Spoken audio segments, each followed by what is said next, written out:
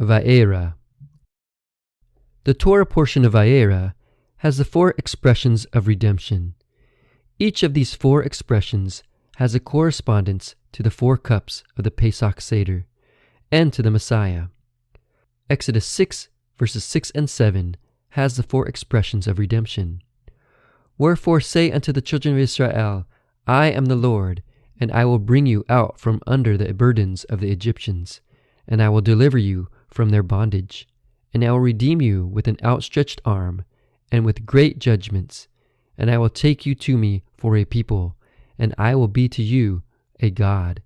And ye shall know that I am the Lord your God, who brought you out from under the burdens of the Egyptians. Yeshua told us to drink the cups of the seder in remembrance of him. There are 4 cups in the Pesach seder, and each one points to the 4 expressions of redemption. Exodus Rabbah 6 verse 4 says, The sages accordingly ordained 4 cups to be drank on the eve of Passover to correspond with these 4 expressions in order to fill the verse in Psalms 116 verse 13, I will lift up the cup of salvation and will call upon the name of the Lord. The sages refer to all 4 cups of the seder as the cup of salvations. They made it a necessity that a person drink the 4 cups on the first night of Passover to fulfill the words, I shall lift up the cup of salvations. The rabbis say that the 4 cups hint at salvation and teach about the future redemption. Yeshua made a declaration over the cup of salvation, saying in 1 Corinthians 11 verse 25, This cup is the new covenant in my blood. Do this as often as you drink it in remembrance of me. He also connected the cups of Passover with the redemption when he said in Matthew 26 verse 29, I will not drink of this fruit of the vine from now on until that day when I drink it new with you in my Father's kingdom. The Talmud offers several explanations for the 4 cups. The 4 cups refer to the 4 expressions of the redemption. They refer to the 4 times the word cup appears in the cupbearer's dream.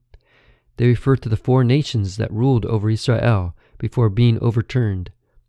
They refer to the 4 cups of punishment that the Holy One, blessed be He, will pour out over the nations. And finally, they refer to the 4 cups of consolation that God will give to Israel in the future. The first cup of the Passover Seder is the cup of sanctification. Here's what the Passover Haggadah says about it. You have given us, O Lord our God, with love, appointed times for joy, festivals and seasons for gladness, this day of the festival of Matzot, the season of our freedom, a holy convocation, a remembrance of the exodus from Egypt. For you chose us and sanctified us from all the peoples, and you caused us to inherit the appointed times of your holiness with joy and gladness. Blessed are you, O Lord, who sanctifies Israel and the seasons. The cup of sanctification marks the beginning of the holy day, but it also points towards the first expression of the redemption. I will bring you out from under the burdens of the Egyptians. Sanctification involves separating the mundane from the holy. God sanctified Israel by separating it from Egypt.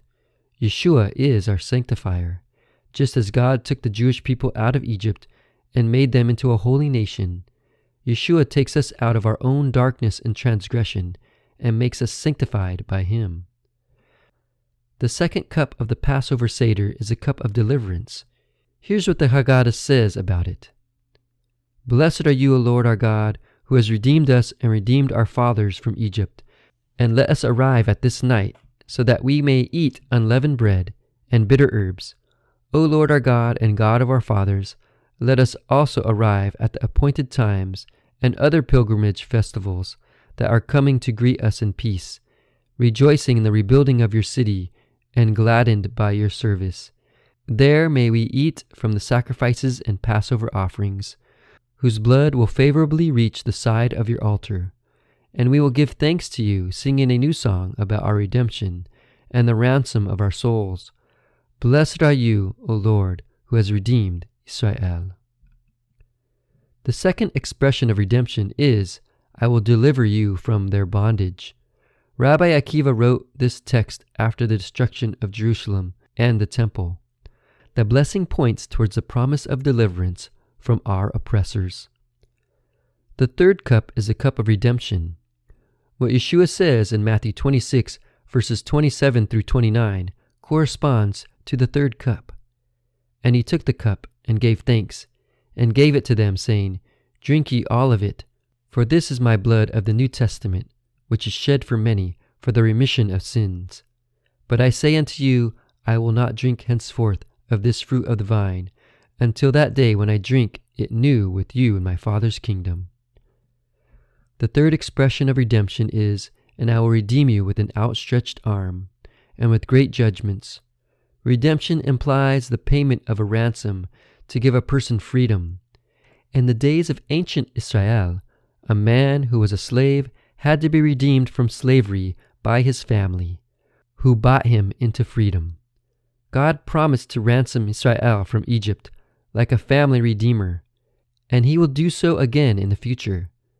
The third cup reminds us of the price Yeshua had to pay for our freedom from our past sins.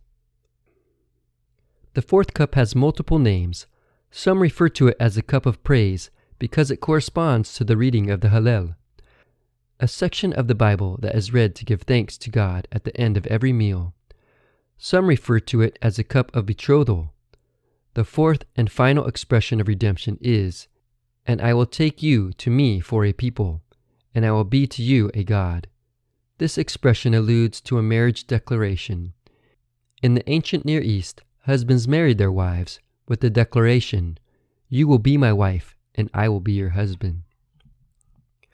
At the conclusion of Yeshua's last seder, after the Hallel, Yeshua said in John 14, verse 2, And if I go and prepare a place for you, I will come again and receive you unto myself, that where I am, there ye may be also. The Torah portion of Vayera contains 4 expressions of redemption, and these same expressions point towards the Passover Seder and the Messiah.